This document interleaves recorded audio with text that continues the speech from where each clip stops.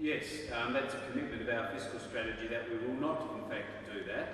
And we've made more than a commitment to review land tax. We've, in fact, committed to reducing the land tax burden in Tasmania, and ultimately we would like to abolish that.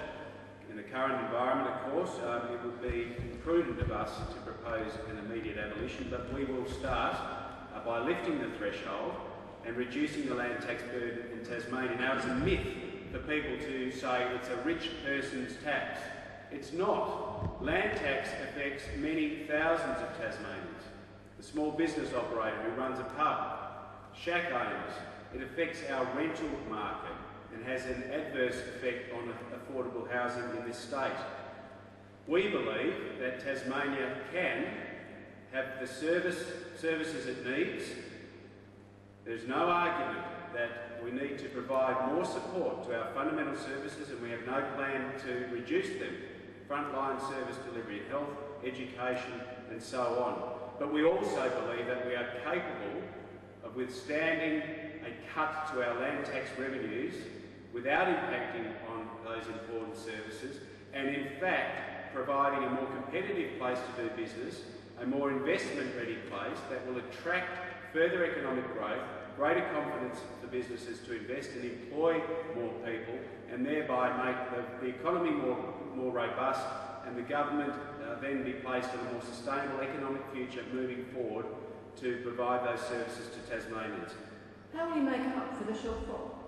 As I say, Ellie, it's not necessarily about a shortfall in that whilst on the revenue side there will be an inherent reduction in land tax revenues, our argument, and it's one that has been substantiated by independent report, is that there will in fact be increased economic activity. There will in fact be greater confidence by the business and investment sector, and there will therefore be a greater opportunity for Tasmanians to get a job and for the state to be on a more sustainable financial footing, and therefore better equipped to spend more on health and human services, education and infrastructure. I believe we can have abolish land tax?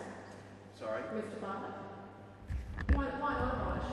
Well, the fact of the matter is that tax is a fact of life and is required by government to provide services.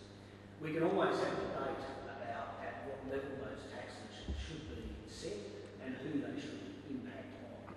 As a Labor government, we will always look to minimise the impact of the tax imposition on those most in need. Since 1998, this government has in fact cut the number of taxes in Tasmania from 25 to 14, and in fact now Tasmanians pay the lowest tax per capita of any state or territory. In fact, tax cuts implemented by Labor provide relief value of more than $200 million per year. Now, we've done this while continuing to provide a surplus in the budget every year, 10 years in a row, thrown surplus, which of course, during this latest global financial crisis, where some $1.5 billion in revenue was disappeared from out from under us over the course of the forward estimates, cushioned the blow for Tasmanians. That is about putting away for the future. We've done that, and now we've seen the fruits of our labour, because Tasmania has emerged from the global financial crisis with a stronger economy and a stronger set of state finances than any other state in Australia. I believe you never let us finish your answers in Parliament. What's going on? Mr. McKim, your party supports the rollback of gaming machines in Tasmania. They generate over $200 million in revenue each year to fund services such as hospitals and schools. How would you make up for the loss of that revenue? Thanks, Ellie. What's important to understand in relation to gaming machines, particularly pokies, so we can have an informed discussion about this issue, is the immense cost they have on our society. Now, let's disregard, and we don't for a moment, for the purposes of this debate, let's disregard the immense human harm that these machines do, and let's look at the bottom line, the dollar issues. What they do is they clog up our legal system with people who commit crimes to feed their pokie addictions. What they do is they fill up our jails with people who commit crimes to fund their pokie addiction. This is not just about a shortfall in revenue, it is actually about significant savings to government and therefore to the people of Tasmania. It's entirely possible that this is actually a revenue neutral situation that we have at the moment, where the money the government gets back, it has to pay back out in support services for people who are problem gamblers and who are addicted to these electronic locusts of the gaming industry. And what we would do is take them out of communities which would not only, we believe, be revenue neutral, but actually address the immense community harm caused by these machines.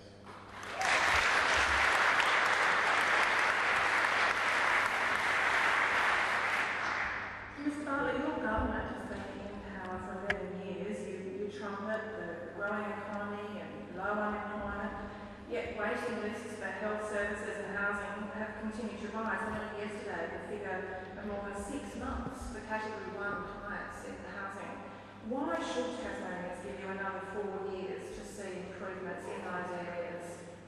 Well, in terms of housing, we're actually 1 year into a 4-year program that will see some $221 million spent to increase the supply of social housing. This government. How many times though is it 4 years? I mean, we've had, there was $60 million under the previous Premier, common ground.